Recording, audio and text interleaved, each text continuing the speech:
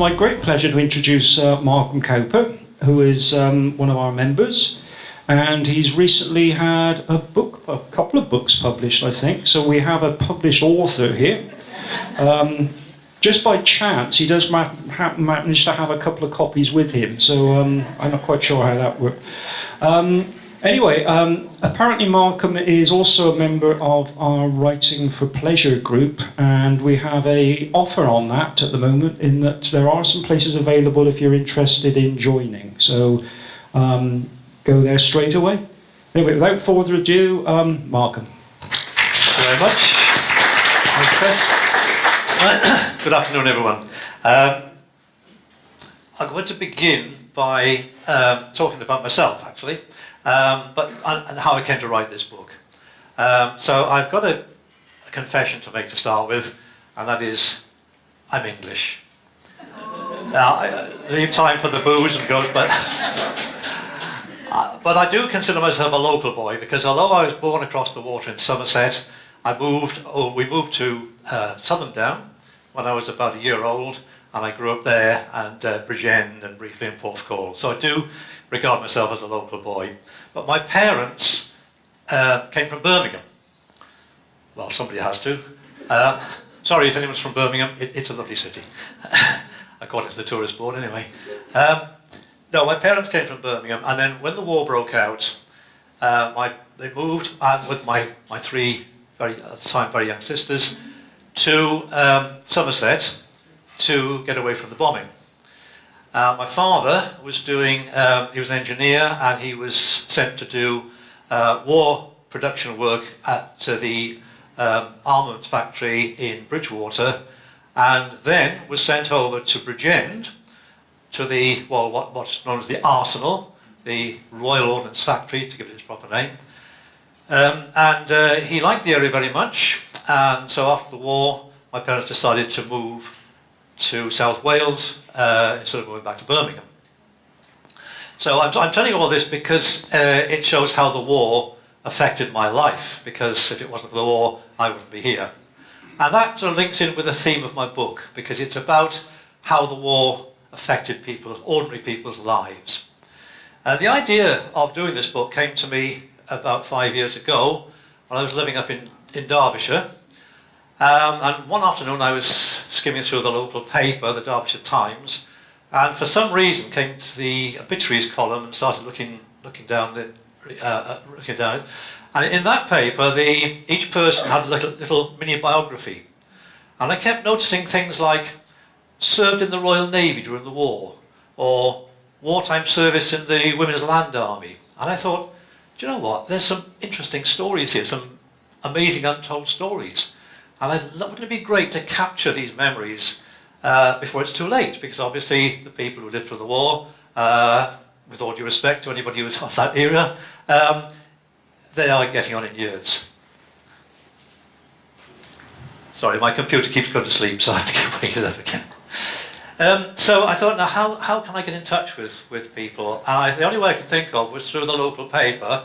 I wrote letters to all the local Derbyshire papers, and I said, if anybody's got any memories of the war that you'd like to share with me, please get in touch. I didn't know whether anybody would respond, but I was very pleased when letters started to arrive, and phone calls and even emails to say, yes, I was doing this or that during the war. And so I went around interviewing people and getting their stories, and eventually I'd got about 35 stories, and I put them together in a book, which is this one. It's called Derbyshire's Unsung Heroes. Now, I know you're probably thinking, what's Winston Churchill doing on the front cover? He wasn't from Derbyshire. Well, this was the editor's idea. He's actually pointing his finger in the manner of the Kitchener poster from the First World War. And he thought it was rather good. I didn't like to hurt his feelings, but I didn't really think much of it. But anyway, it didn't really affect the sales of the book, which in the end I think I sold about 350 copies. Which probably put me about number 10,000 on the bestsellers list, but you know, I was quite pleased with the success. Well, then in 24, I came out in 2013. The following year, I decided to move back down to Wales. A lot of my family live around Porthcawl and Bridgend, and so I moved back, And having settled in and unpacked all the boxes, I thought I bet I could do another book on the same theme, but of people in this area. So again, wrote to the local papers and got a good response, and did the interviews, wrote up the stories. I was a bit stuck for a title though, because well, Derbyshire is a county that exists, but I thought, what can I call this particular area? It's really the former county of Glamorgan, which has been chopped up now, but I thought, well, I'll stick with that because it does define the geographical area. So from Swansea in the west, Cardiff in the east, Valleys in the north, Porthcawl and Bridgend in the south. And I was going to call it Glamorgan's Unsung Heroes, and then I saw a programme on television called The Greatest Generation, and it was about ordinary people's lives during the Second World War. I thought, well, that's nice because it links up nicely with Glamorgan, it gives you a nice bit of alliteration, so it became Glamorgan's Greatest Generation. So what I'm going to do now is just read you a few extracts from the book. Hopefully you might feel sufficiently inspired to buy a copy, but even if you don't, at least you'll see what I was trying to do in writing this book. So, and most of the people, by the way, have some connection with Porthcawl, although having said that, no. Okay, why isn't it? Lawrence? Lawrence, where are you? This should, has this gone off? This isn't. Ah, sorry. It's working. It's like me, it's a bit slow. Right, so the first person I'm going to read about is actually not from Porthcawl at all. He came from Sheffield, but his son lives in Porthcawl. He moved down from Sheffield about 25 years ago to work with what was then British Steel at Port Talbot, and his name is Stanley Pete. His father's name is also Stanley Pete. Now, Stanley joined the RAF at the age of 18, trained for 2 years as a pilot, went on he was a pilot of a Halifax bomber, and sadly that was his first and last mission because he was shot down. In the early hours of the 29th of June 1943, he was shot down by a German night fighter over the Dutch village of Aarle-Rixtel. He almost managed to land his stricken aircraft, but it exploded just a few feet above the ground. All the crew were killed. The average age was 22. And I think Stanley Pete's story epitomises the utterly futile waste of war. A bright young man, not yet 21, is robbed of his life just in its prime. He was 20 years old, and his wife, he was married, and his wife Constance was pregnant with their first child, and of course he never saw that child. So all his hopes and dreams extinguished in the flames of a crashed aircraft on a lonely field in a foreign country. However, there is a pleasing sequel to the story, one which brought unexpected joy to Stanley's widow and his son. In 1995, a group of citizens of Aarle-Rixtel decided to commemorate the 50th anniversary of the country's liberation from the Germans, and to express their gratitude to those who had given their lives in the cause of freedom. They decided to erect a memorial stone to the crew of Stanley Pete's aircraft. On the night of the crash, 2 teenage boys, Pete Beniers and Tier Weech, in defiance of the curfew and at the risk of being shot, cycled to the wreck of the Halifax to see if they could render assistance. And they retrieved the navigator's perspex window and took it back home as a souvenir. Over the next 50 years, Tio kept this window, in spite of the fact that his wife kept saying, "Why don't you get rid of that thing?" And he said, "No, someday I will know what to do with it." And what he eventually did with it was to present it to young Stanley. I should call him Stan, to avoid confusion, who was invited, together with his wife and his mother, and his aunt and uncle to a commemoration ceremony on the 5th of May 1995 at Arle Richtel. Unfortunately, his mother couldn't make it. She was too poorly, and sadly she died shortly afterwards. But it was largely thanks to Pete Beniers that they were able to attend this event. Accessing British and German war records, he was able to identify the aircraft that crashed, and then through the letters to the local papers, he made contact with the families. And as I said earlier, Stan was by then living in Porthcawl, and up till that time he'd known very little about his father's war service, and was deeply moved by the efforts of the Dutch people to honour his memory. And he was particularly pleased to receive the aircraft window, as it gave him a link with a father that he never knew. So, a very sad story, but a rather touching sequel to it. Now, there we are. The next person, also you'll notice an RAF man, and he was a Porthcawl man, Jim Griffiths. Now, his parents kept a dairy in Porthcawl. I don't know if anyone has memories that stretch that far back, but they kept a dairy in Suffolk Place. It's now a hairdresser shop. They came from West Wales, from a farming family in West Wales, and they would go once a week. His father would go and fetch butter and milk and cheese and so forth and sell in the dairy. Jim volunteered for the RAF, volunteered for aircrew, and like Stanley Pete, he spent 2 years training, but as a navigator rather than a pilot. Now, he was as lucky as Stan was unlucky, because he survived the full tour of 30 bombing raids, which they all had to do, and finished his tour without a scratch, no injuries to the crew, no damage to the aircraft. Truly amazing, because only 17% of bomber crews managed to complete a full tour. A lot didn't even manage 5 before they were shot down, and in the case of Stanley Pete, didn't even manage 1.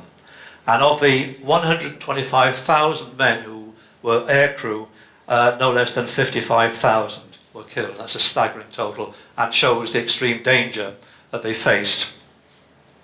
In fact, I've written, to give the reader an idea of the dangers they faced. The dangers faced by these young men, mostly aged between 19 and 25, can scarcely be imagined. Once over the enemy coast, they faced a constant threat of destruction by flak or night fighters, and by this stage of the war, the German defences had become highly sophisticated. Searchlights constantly scanned the sky, and as soon as an aircraft was spotted, others would cone it so that the anti-aircraft guns could shoot it down. Night fighters equipped with radar could creep up on unsuspecting bombers from below and behind, unseen by the rear gunner, and rake it with deadly cannon fire. The most nerve-wracking time was over the target, when the aircraft had to fly straight and level for several minutes while the bomb aimer lined it up over the target. During this time, it was at its most vulnerable, a sitting target for the flak gunners. Sometimes in the crowded skies over the target, bombers would collide or be struck by bombs falling from above them, with disastrous consequences. These dangers were only part of the experience. There was also the extreme discomfort. The cold at 20,000 feet was intense, and even with several layers of clothing, the crew members were frozen. The noise from the 4 engines was deafening. The interior of the aircraft was dark and claustrophobic. If they had to bail out, there would be a mad scramble over all sorts of obstacles to get the escape hatch. Many never managed to escape. Well, as I say, Jim and his crew were extremely lucky. They completed their tour of 30 missions, and the final raid was on the 24th and 25th of May 1944. Then came the rewards, a commission for Jim, and the award of the DFC, the Distinguished Flying Cross. Now, if you ask Jim how were they so lucky, how did they manage to survive, he said it was pure luck, which it was to a large extent, but also, as the citation of the DFC said, to some extent it was due to the superb navigation. He was a very, very skilled navigator, and that, no doubt, got them through some very, very tricky situations. Now, the news of Jim's award caused great excitement in Porthcawl. You'd almost think he was getting a knighthood. This is what I've written. The news of Jim's award, which was published in the local papers, resulted in a flood of phone calls, telegrams and letters of congratulation to his parents' home, not only from his family, but also from the local community, from the minister, from the Porthcawl Urban District Council, and even the South Wales branch of the National Dairymen's Association. A letter from his sister Joan aptly expresses the pride his family felt. She wrote, "Congratulations, Jim. Gee, we are proud of you. Hundreds of people have been in the shop congratulating you. We are besieged with people. The three of us are coming to Buckingham Palace. We won't miss it for the world. Mum and I are going to buy something posh, and Dad will be wearing his Anthony Eden," which I presume was a hat. Unfortunately, the King was too busy to carry out his investiture, so the ladies missed the chance to wear their posh frocks. Well, Jim, I was kind of distantly related to Jim, and sadly he died about 5 years ago. But the next person, if I can get up, there we are, yeah. Now you may recognise this chap because he's a local man, David Philpott, MBE. He lives in Newton. David served in the Royal Marines during the war. He describes his service as a tour of the world paid for by His Majesty's government. Well, this is true to some extent, but it does overlook the little matter of attacks by enemy aircraft, kamikaze pilots, submarines, mines, and everything else. Now, it's David. David was desperate to join the Navy, and he went along to the recruitment office in Cardiff, which is where he came from, and he told them he was 18, but he was only 17. He went through the medical, but unfortunately his national insurance card revealed his true age, and he was sent away with a flea in his ear. However, on the way out of the recruitment office, he saw a poster, and it said, "Join the Royal Marines at 17. So, risking the wrath of the recruitment officer, he went back into the office to be greeted by, "What the blank, blank, blank, blank are you doing back here?" And he said, "Well, can I join the Marines, please?" Well, he had to let him join because he'd passed the medical, and so 2 weeks later, he found himself at Stonehouse Barracks in Plymouth, about to undertake the very tough basic training of the Royal Marines. And the main role of the Royal Marines was to carry out amphibious operations against the enemy coast. And as such, they were highly trained soldiers, but their other role on board the ship was to man the guns at the aft or rear end, and they also carried out some of the same duties as the seamen. David was posted to the aircraft carrier HMS Illustrious, which had a very distinguished career. One of the things that it did was to accompany the Queen Mary, which took Winston Churchill to meet President Roosevelt at the 1943 Quebec Conference. In the Mediterranean, Illustrious provided cover for the invasion of Sicily and then Italy. Although David's Marine contingent was ready to support the landings, they were not called upon. And once the Allied armies were established on land, Illustrious was sent then to the Far East. And it was there they supported the American fleet, and there they received the attention of the Japanese kamikaze pilots. But fortunately, although the superstructure was damaged, it was not disabled. And so David survived the war, having clocked up 100,000 sea miles. I mentioned he had the MBE, and much of David's spare time was devoted to public service. After the war, while still living in Cardiff, he helped to run the local Sea Cadet Corps. He also, when he moved to Porthcawl, he helped to re-establish the Chamber of Trade. Now, I've also put that he was a founder member of the Porthcawl Rotary Club. Well, unfortunately, that's not true, because the Porthcawl Rotary Club was founded in 1913, so David couldn't have been a founder member. What he actually said was he was the most long-serving member, because he is actually 91 years old, but still in very, very good health. And so with this, and he set up talking books for the blind. He's also church warden of at the church at Newton, St John's Church. And so after with all this, he received a very well-deserved MBE from Prince Charles. He also was awarded a Russian medal because one of the things that the illustrious did was escort Arctic convoys to Russia, which is an extremely dangerous, particularly hazardous area of the war. And the Russian government, a few years ago, decided to award this medal, the Medal of Ushakov, to the surviving sailors who've taken part in the Russian convoys. Now, there was a bit of a hoo-ha about this because the British government, the Foreign Office said, no, you can't award medals, foreign medals can't be awarded more than 5 years after the conflict. Well, of course, this is well past 5 years, but there was an uproar about it, and eventually the Foreign Office had to back down and allow them to be awarded the medals. They had already given quite a lot of medals out since the war. They were very grateful for what our chaps had done for them. So anyway, David was summoned to the Russian consulate in Cardiff in 2014, and he turned up along with the other survivors, most of whom were on Zimmer frames or in wheelchairs, and they sat down ready to receive the medals, and it was discovered that the Russian embassy in London sent the wrong medals. So there were frantic phone calls then to London, and the correct medals were sent down post haste, but of course then they had to feed all these people because it was supposed to be a morning ceremony, and now it was going to go on into the afternoon, so they had to feed them as well. But anyway, the right medals duly arrived, and all was well. The next one. Come on. Maybe if I just press this. Yeah. Another Porthcawl man, and RAF again, but ground crew this time. This is Ivor David.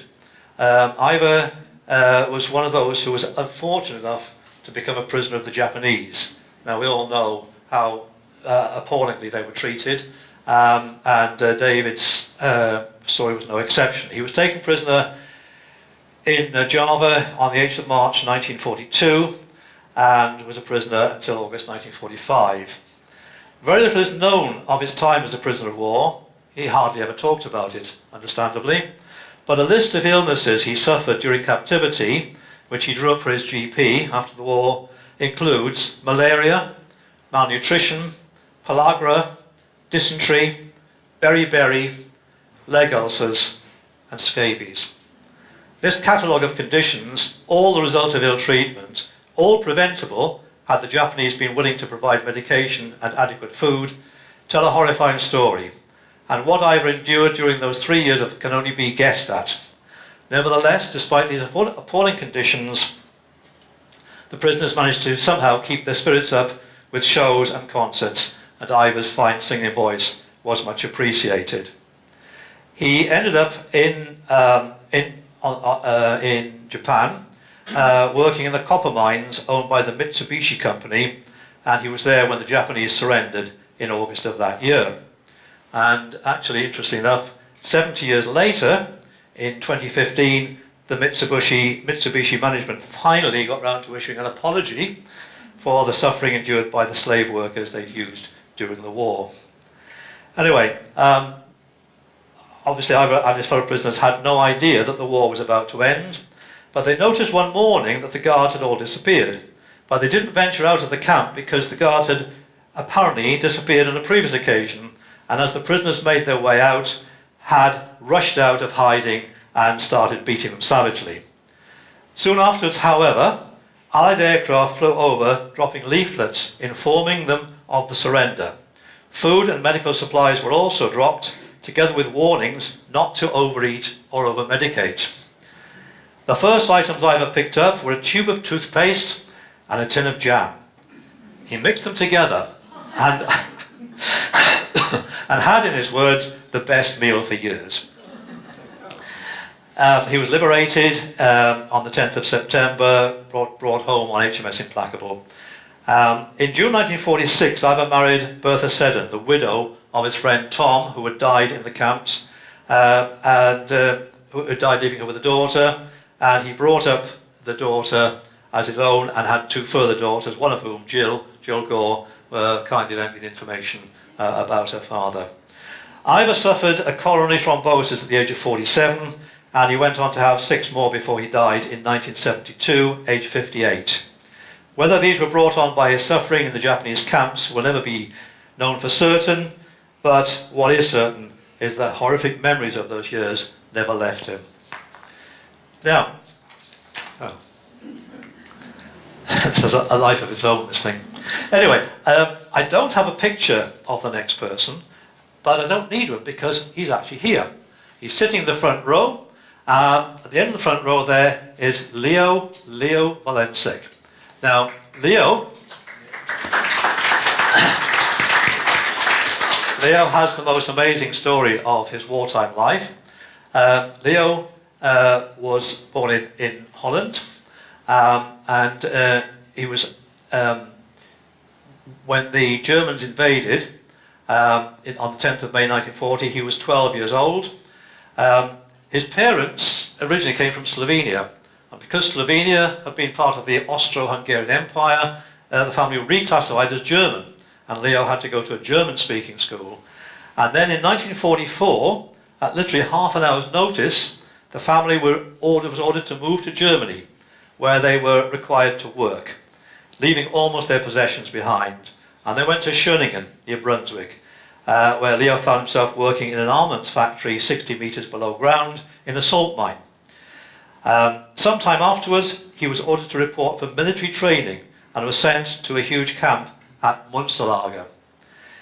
Here, the recruits were sealed off by barbed wire fences from the outside world with no access to radio or newspapers, so it came as a shock when their training officer suddenly said, "We've had it, lads, we're losing the war."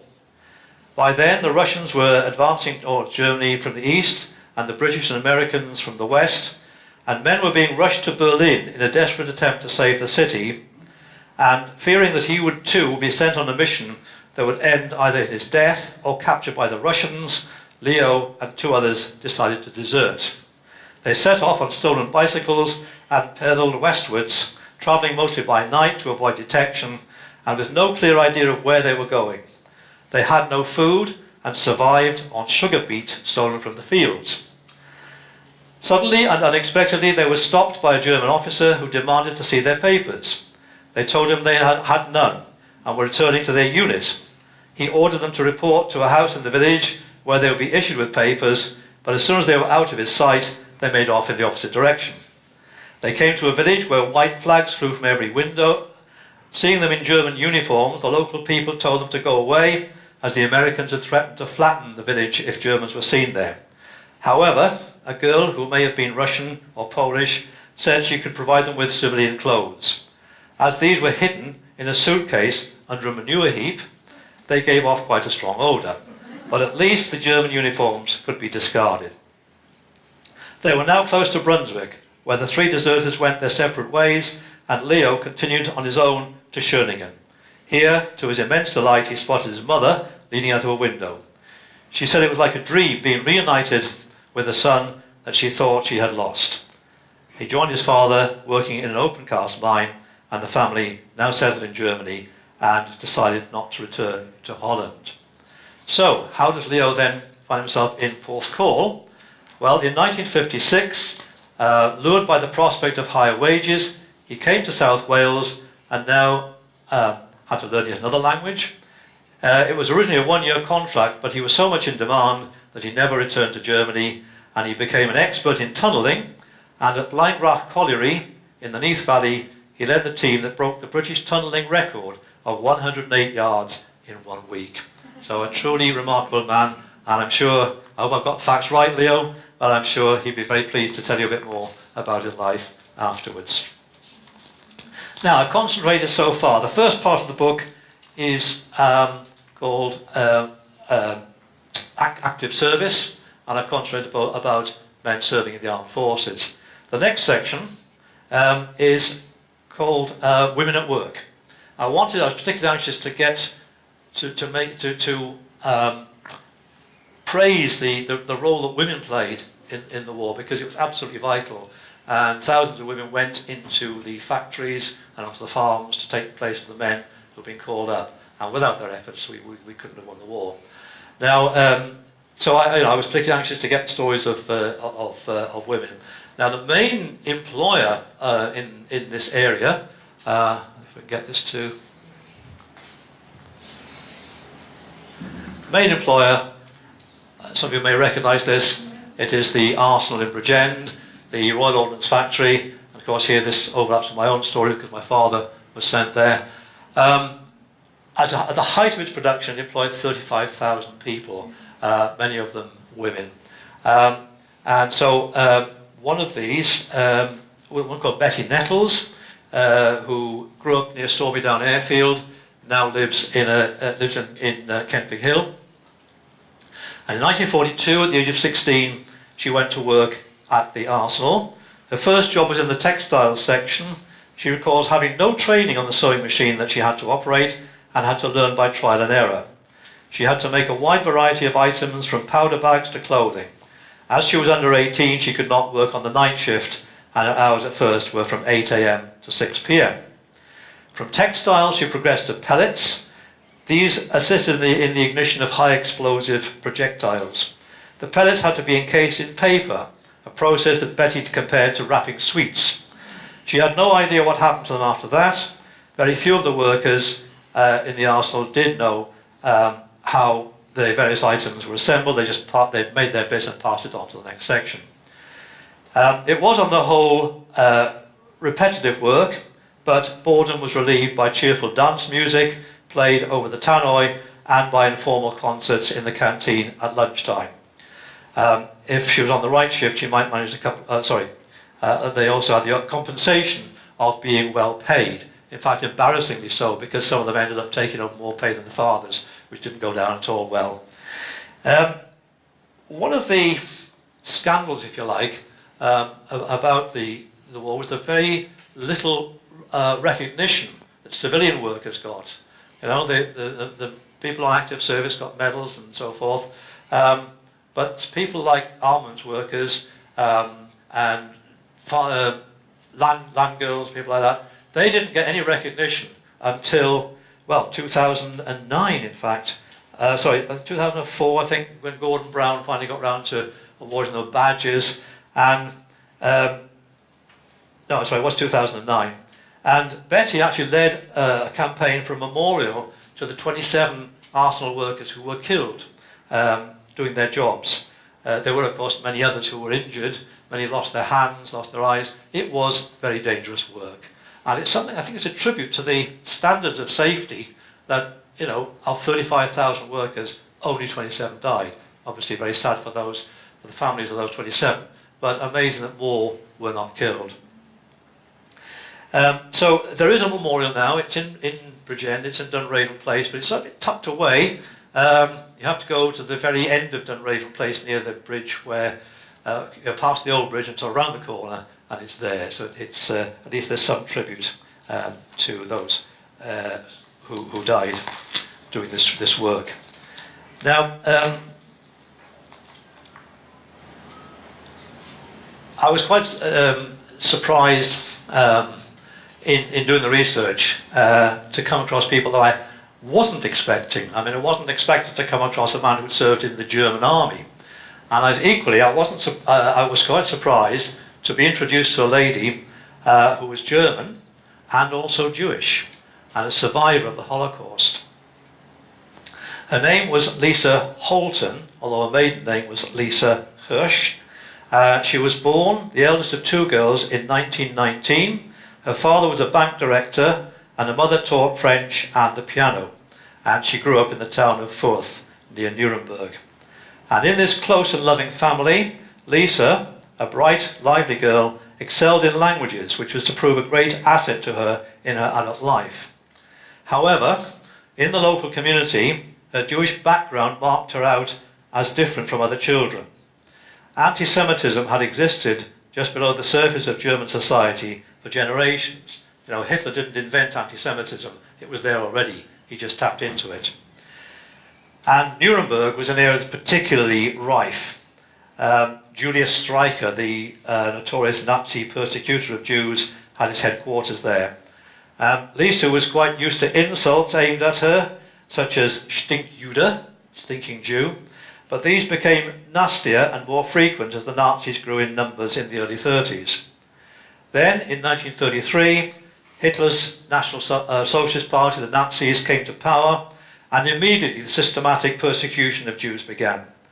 At first, her father did not take this too seriously, believing that it would all blow over in a matter of weeks. However, Lisa's mother had read Hitler's book, Mein Kampf, in which he poured out his poisonous racial theories, and she knew that the Nazis were a serious threat to their lives. She told her husband that they must flee from Germany or face death. Her father was still not convinced, as he had been told that anyone who had served as a frontline soldier in the First World War would be okay. But in fact, that proved not to be the case. The fact that they served their country bravely did not count for anything if they were Jewish. So his mother eventually overcame his resistance, and they began to make plans to leave Germany. They had relatives in both Slovenia and England, and so they decided to go to Slovenia, and they settled in the town of Maribor.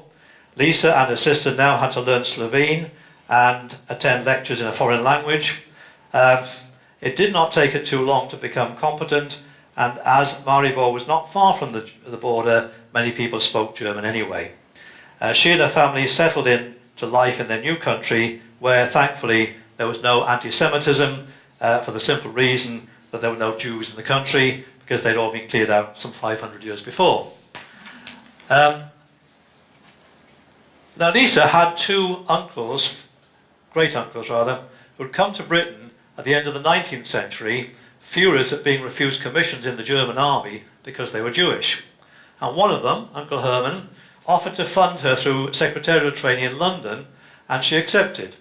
She did not know at the time, but this was another decision that was to save her life, because in 1941 Slovenia was overrun by Germans. So in 1938 she made her way to England, and she obtained a place at Mrs. Hoster's Secretarial College in Grosvenor Place, and there she learnt trilingual secretarial work, that is English, Serbo-Croat and German, shorthand and typing.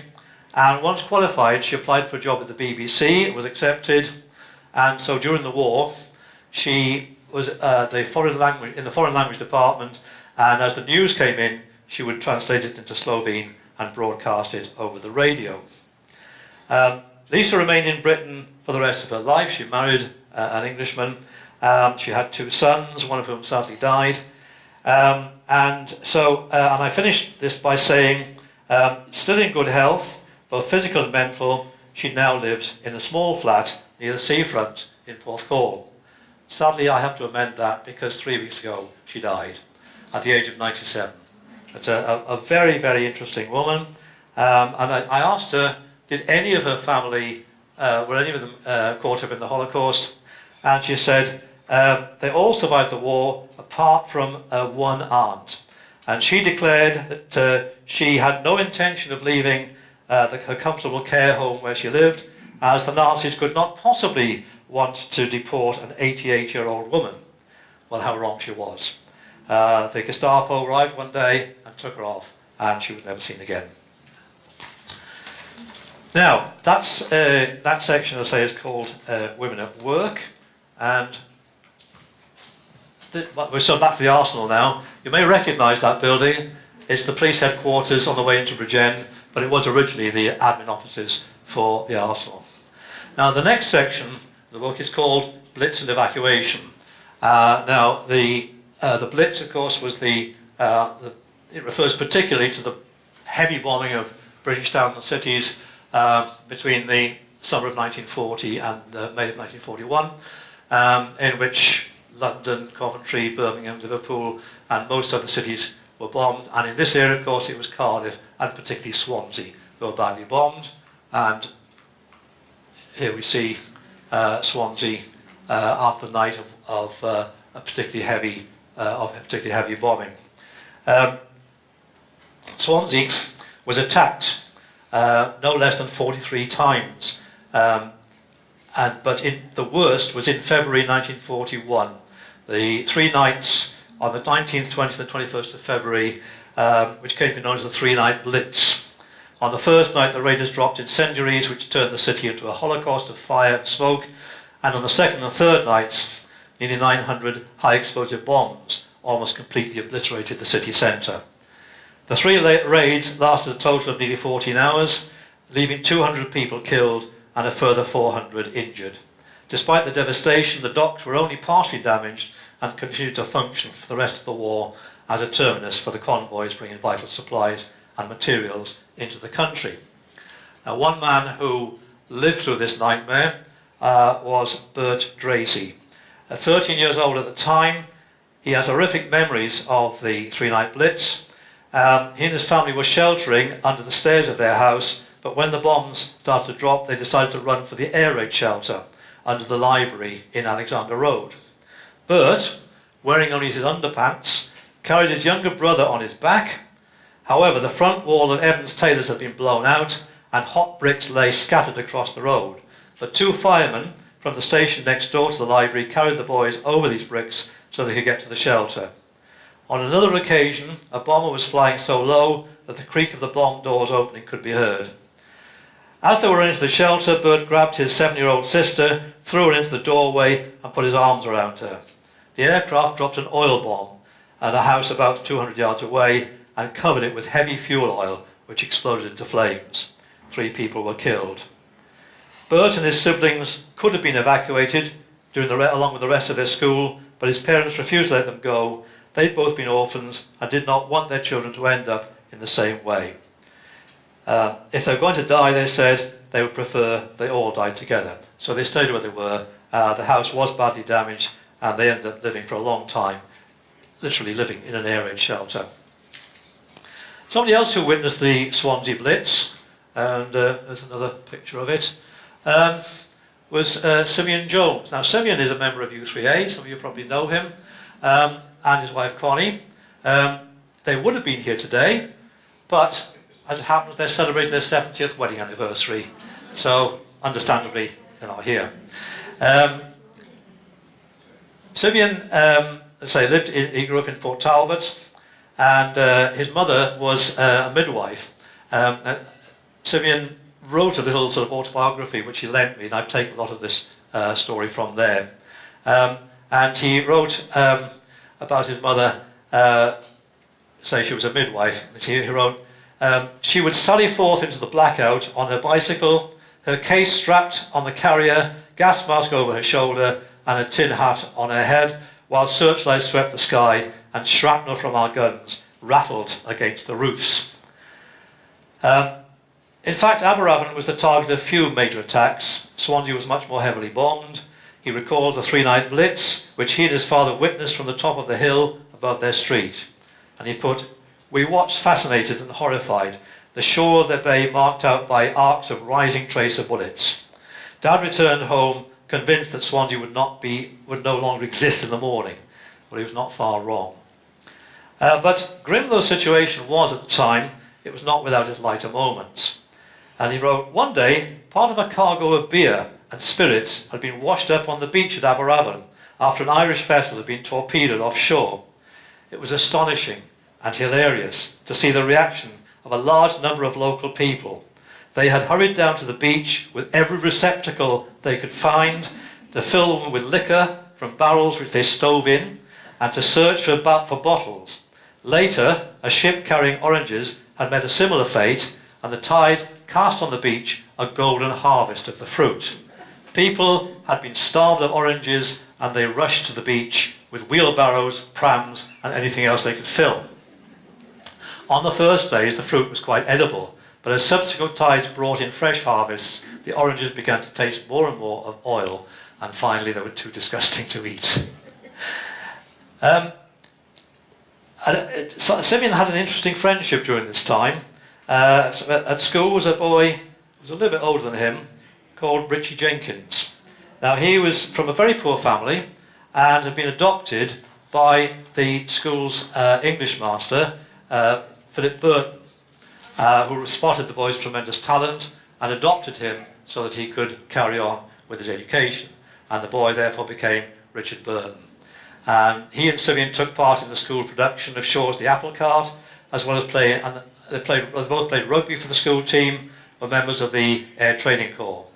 Richard's acting talent was formidable even then, and he said, "It was evident from our fooling about in the changing rooms after a match, we took turns in declaiming great chunks of Shakespeare, especially Macbeth, which we knew by heart, and it was obvious that he, in posture, voice and expression, was head and shoulders above us in histrionic skill." Now, another person with memories of the Blitz, but this time in Cardiff, Pamela Jenkins, who now lives in Porthcawl. Pamela and her family from Grangetown in Cardiff might well have been killed on the night of the 2nd of January 1941. They have been invited by Mr. Holliman, the owner of a nearby bakery, to shelter in his cellar when the air raid sirens sounded. However, Pamela's sister had a measles rash on her chest, and their mother politely refused Mr. Hollywood's invitation, preferring to take their chance in their own house. The bakery took a direct hit, and all 30 people in the cellar, including all but one of the Holliman family, were killed when the entire building came down on them. 3 generations of the same family perished that night. And someone else who might have been in the shelter was their 14-year-old delivery boy, John Williams. He had spent the previous night there, but that night he had decided to go home, as he thought his parents would be worrying about him. He spent the night with his family in their Anderson shelter. The next morning he arrived to work to find his former place of employment an 8-foot-high pile of rubble. Miraculously, the horse in the stable next door was unhurt, though no doubt in a state of extreme shock. Jack, the only surviving member of the Holliman family, restarted the business some few weeks later. He was quite naturally devastated at having lost so many relatives. A hardware store now stands on the site of the bakery, but a plaque in memory of those killed in the raid was put up by the Grangetown Historical Society. And actually, I don't know if any saw a programme which John Humphreys did about this, and he mentioned this very same story. Now,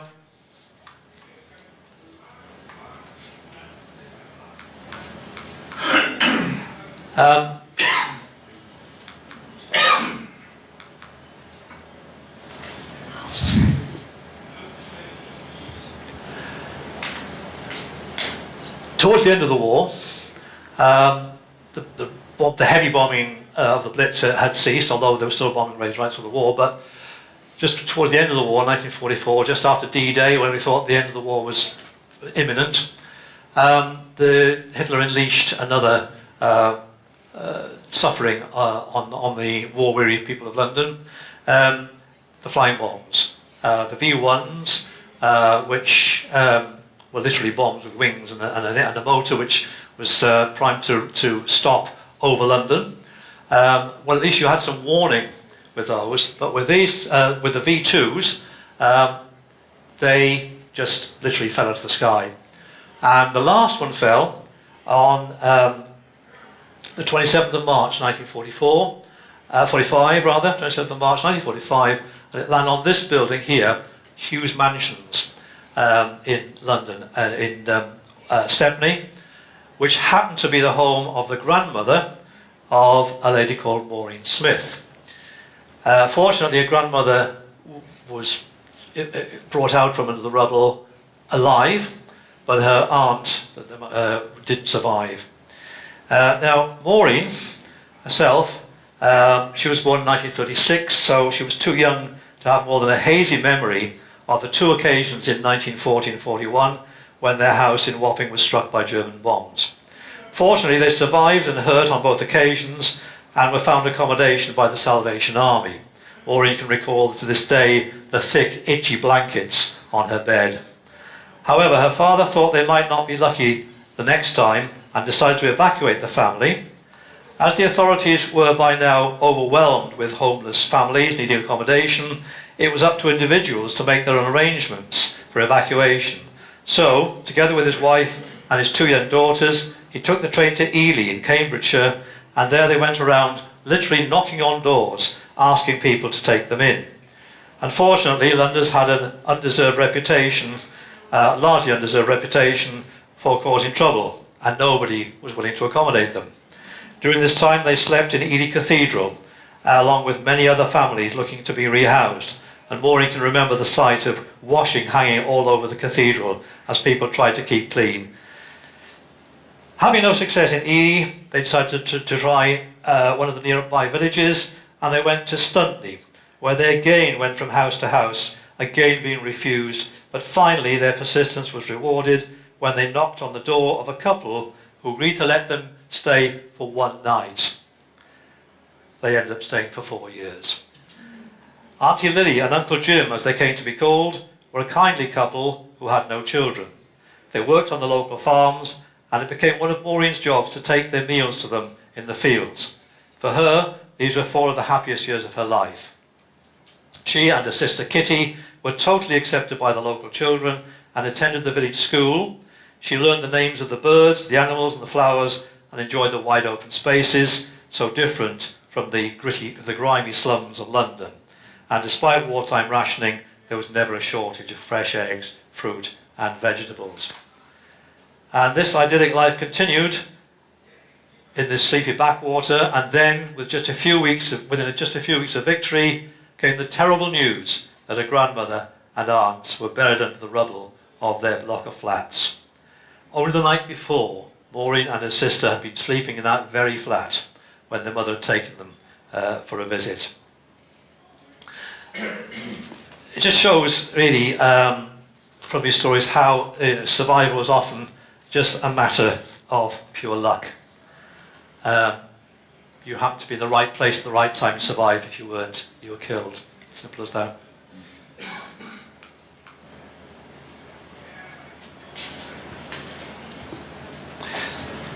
Jumping ahead a little bit. Now then, so this section is called Blitz and Evacuation. We've heard one story of evacuees. Here we see a group of evacuees not looking very happy. So one little girl there is managing a smile, one's crying, the others are looking pretty unhappy. And of course this is part of this programme of moving children out of London and the other big cities to be safe from bombing. And I suppose really that's what my family did. They evacuated themselves down to Somerset to escape from the bombing in Birmingham. Now, not all stories were happy, but I'm pleased to say that all the people I spoke to who were evacuated to this area spoke very warmly of the kindness they received in the various homes where they were sent to. And one lovely story about a former evacuee who by chance met up with some people from Kenfig Hill where he had spent the war years. A chance encounter in the Canary Islands in 2014 resulted in a reunion after 70 years of 2 brothers from London and the people of Kenfig Hill, where they had spent the war years as evacuees. Sidney Baker and his wife Carol were on holiday in Gran Canaria when they came across Jane and Richard Holder, a couple from Kenfig Hill, who were amazed to learn that Sidney had spent 5 years in their village during the war. Back in Wales, they arranged for Sidney and his other brother Bernard to make a sentimental visit to their childhood home. There they were reunited with Doris Lugg, who still lived in the same house 4 doors up the road. She recalled them arriving, carrying their gas masks and suitcases. Several other residents also remembered the trio known as the Baker Boys. So, as I say, quite a number of stories of kindness and affection for these children, who must have arrived feeling very scared, very lost, but were well looked after. Now, the last section is called The Yanks Are Coming, and this is just focusing on the arrival of or if I should say, the invasion by a friendly army in 1943 and 44 of Americans who came over to train for D-Day, and they made a big impression on the local community with their friendliness and their generosity, giving out chewing gum to kids who said, "Got any gum, chum?" and of course very much the attraction of the girls. John Jenkins, I don't know if any of you know him, he's actually my brother-in-law, a regular contributor to the Seaside News, actually. He used to often castigating BCBC over their shabby treatment of Porthcawl. John grew up in Llangunnad, and he wrote, presence of large contingents of American troops in the area created both interest and resentment. The black troops aroused considerable curiosity in a town where the only black faces previously seen were those of miners coming off the shift. Fights often broke out between white and coloured American soldiers. Even more frequent were the fights between the troops and the local boys, who resented the attention paid to the Americans by the girls. Consequently, the American military police would be posted outside the dance halls to break up the fights. Not only was the superior quality of the uniforms unfavourably compared with the rough serge worn by the British soldiers, but the Americans also kept the girls supplied with sweets, cigarettes, chewing gum, and the star item, nylon stockings. The favours returned for these gifts could be measured by the number of discarded condoms in the recesses of the school boundary wall, which the boys took greater light in finding. There was John referred to the fights between white and coloured American soldiers. This was the less pleasant side of the American army, was the racism, because they had to be segregated in camp, but they couldn't be segregated when they were off duty. And this sort of sight enraged many of the more bigoted American soldiers. You know, black men dancing with white girls, just unheard of back home. And of course the black soldiers found it a refreshing change to be able to go into shops, restaurants, pubs and so on, and not be refused service because they were black. And there was one incident that took place at the Rose and Crown in Nottage when some black soldiers were having a drink and a couple of white American military police walked in and told them to get out, and the landlord said, "I decided drinks in my pub, now you get out." He was furious. Yes, I say racism was a less pleasant aspect of the American Army. Now, you may recognise this place. It's the Island Farm camp, which it actually played a number of roles during the war. It wasn't actually built as a prison camp. It was built as a hostel for the workers at the arsenal, because they came from such long distances, some of them, and they had long journeys home at the end of the day. So the management thought it'd be nice to have somewhere where they can go during the, to sleep during the week and then go home at weekends. But they weren't popular. They were rather Spartan, and the women preferred to go home to their families at the end of the day. And the journey home was really part of their social life, because they would sing, they would gossip, they would exchange knitting patterns and recipes and so forth, and they enjoyed the journey home. So it wasn't really used very much. And then in 1943 the Americans were housed there until 1944, when they all went off to D-Day.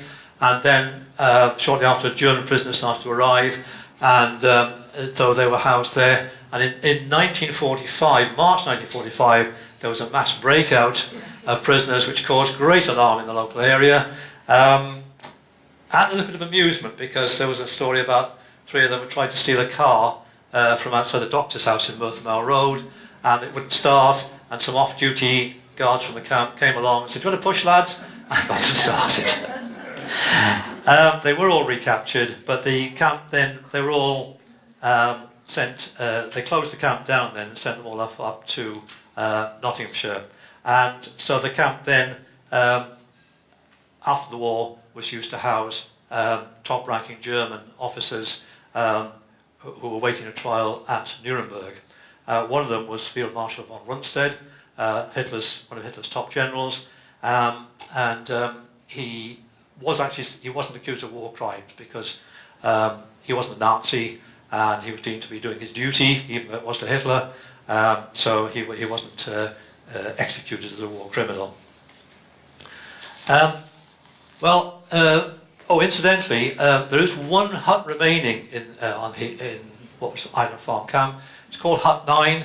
It's run by a preservation society. Well worth a visit, because it shows the role of the camp in all its incarnations. So there's a room as it was when it was a hostel. There's a room as it was when Germans were there, when Americans were there, and when the German officers were there. And they open, I think, twice a year, so it's well worth a visit.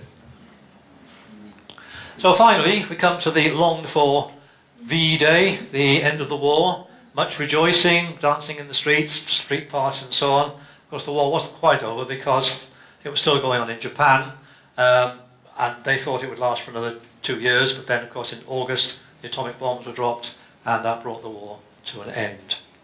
I go back to John Jenkins, because I think he sums up the warriors very eloquently. He said, this was the time when people improvised by creating meals from meagre rations, prolonging the life of children's clothes by patching the elbows of jumpers, jackets and seats of trousers, redesigning dresses worn by elder sisters for younger ones, nailing studs to the soles of boots and shoes to make them last longer, knitting articles for their own families and for the troops, tolerating the blackout and taped up windows, at night tracing the overhead flight of German aircraft by the beams of searchlights, families glued to their wireless sets, listening to the BBC News at 6 and 9 in the evening, a time of strict silence, boys using their gas masks as fighting weapons, thereby reducing their effectiveness in a real emergency. Considering how terrible these times were, there was great camaraderie in the village, and evacuees were welcomed. It seems that at times of strife, the best in people comes to the fore, and this makes me proud to be British. So, I hope that's given you a flavour of the book and of what I set out to do, which was not to glorify the war, but to tell the stories of ordinary people living through these extraordinary times, and to try to capture the comradeship and the sense of duty and the humour that carried them through these times of fear and loss and sacrifice. So this book is my own small way of honouring them and making sure that future generations know what they went through and what they sacrificed to make the world a better place for us, and why they deserve the title of the greatest generation. So, copies of the book are available at £7.99, which is about the price of a packet of cigarettes, so they tell me. I don't smoke, and it won't damage your health. I'll also sign it, so what more can I say? So, thank you very much. Okay, thank you very much for that, Malcolm. Very enlightening. Are there any questions you would like Malcolm to answer? I never know, if there are no questions, whether I've covered it so exhaustively that there's nothing you want to ask, or whether I bored you to death. I don't know which it is. Not a question, but picture of the Arsenal reminded me of... oh, here we are. I was a schoolboy during the war, lived on a farm near Christchurch, midway between Pencoed and Christchurch. And one of my jobs during the holidays and weekends was to drive our herd of cows from the other side of the main road back up to the farm to be milked. But this coincided with the buses from the Arsenal full of yellow-faced ladies, and because I was holding them up, they would be there shaking their fists vigorously at me for delaying them. What I didn't realise was that they all had bets as to who was to be the first at the next destination. And by holding them up, I was causing them real problems. But that's a very clear memory I've got. Thank you, Gwen. Yeah, the yellow faces were the result of working with gunpowder, and I don't know if it's a permanent condition, but a lot of them came home with yellow faces. Yeah. In fact, John Jenkins, who I referred to earlier, is saying about if the Arsenal workers came off shift at the same time as the miners, then the procession down the road was like a caterpillar, a yellow and black caterpillar. Okay, are there any other questions? Jeff?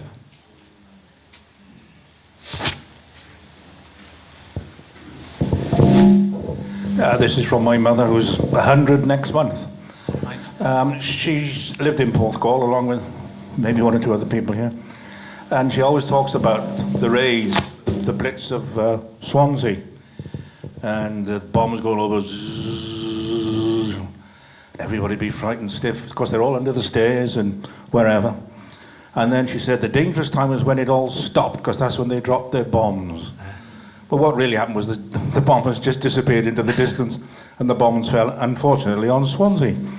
Because I said, Mum, I don't think Mr. Hitler's going to send his bombers all this way to drop them on Porthcawl. No.